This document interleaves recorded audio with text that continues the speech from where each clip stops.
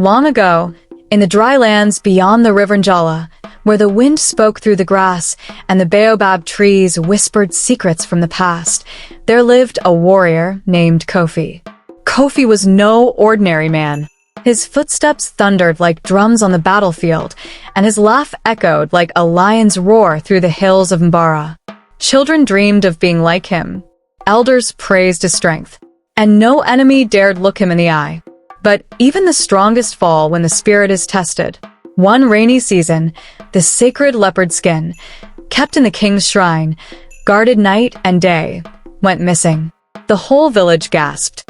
That skin was said to have belonged to the first king, passed down through generations. It was believed to protect the land from drought and war. Panic filled the air like smoke from a bushfire. No one knew who had taken it. Then, a whisper began to spread. Kofi. He had passed the shrine that very night.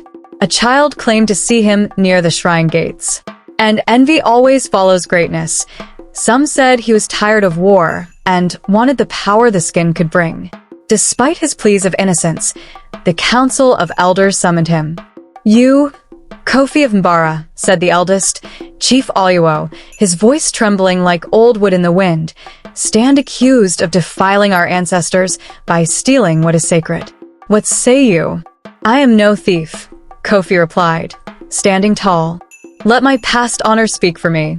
I have shed blood for this land. I would never betray it." But the evidence was thin and fear thick. The people demanded justice. The law was clear. The punishment was death by hanging. But there was one who saw something deeper. Mama Aduni, an old healer, wise in ways both seen and unseen. She had long studied the power of belief, of thought, of the spirit that shapes the body. She stood and spoke. "What if we test not his body, but his mind?" The room fell silent. "Let us not hang him. Let us instead see whether fear itself can take a man's life. For sometimes the deadliest poison is belief." Some elders laughed. Others frowned. But Chief Oluo, curious and cautious, agreed. That night, Kofi was told of his fate. "You shall not hang, warrior. Instead, the Black Mamba shall end your journey. You shall meet death through venom, swift, silent, and certain." Kofi's face changed. He had seen what a Black Mamba could do. He once watched a young hunter fall to the ground in seconds after a bite. Foam from the mouth, eyes rolling, limbs stiff. He had not forgotten. And so, though his chest remained lifted with pride, a tremble began to bloom within him. On the appointed night, as the moon hung like a pale drum in the sky, Kofi was taken to a quiet hut at the edge of the village. There was no fire inside, no warmth, only silence. He was blindfolded and tied to a post. Mama Aduni stood nearby. She gave a silent signal. Outside the hut, a boy dragged a broom in the dust to mimic a serpent slither. Another blew air through a hollow reed, sounding like the hiss of an angry snake. Within the hut, Mama Aduni held a sharp thorn, sterilized and clean. She pricked Kofi's ankle. He flinched. "Ah, it burns," he whispered. His breathing quickened. Sweat ran down his brow. He began to shake. "It's crawling through me," he gasped. "The venom, it's real. I feel it."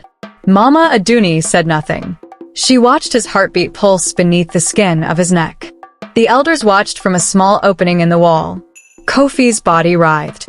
His mind raced. His memories flashed before him. His childhood, the first spear he held, the day his father died in his arms. His mother's voice. "I do not want to die," he whispered, eyes hidden behind cloth soaked in tears. And then, slowly, his body fell limp. His chest stopped rising. Silence. Kofi was dead. No poison. No snake. Only belief. Only fear. The elders stood frozen. Mama Aduni looked down at the warrior and whispered softly, "It is not the body that falls first. It is the mind." They buried Kofi with honor, for though he died without venom, he had fallen like a true warrior, brave even in confusion, dignified even in fear. From that day, his story was passed from village to village.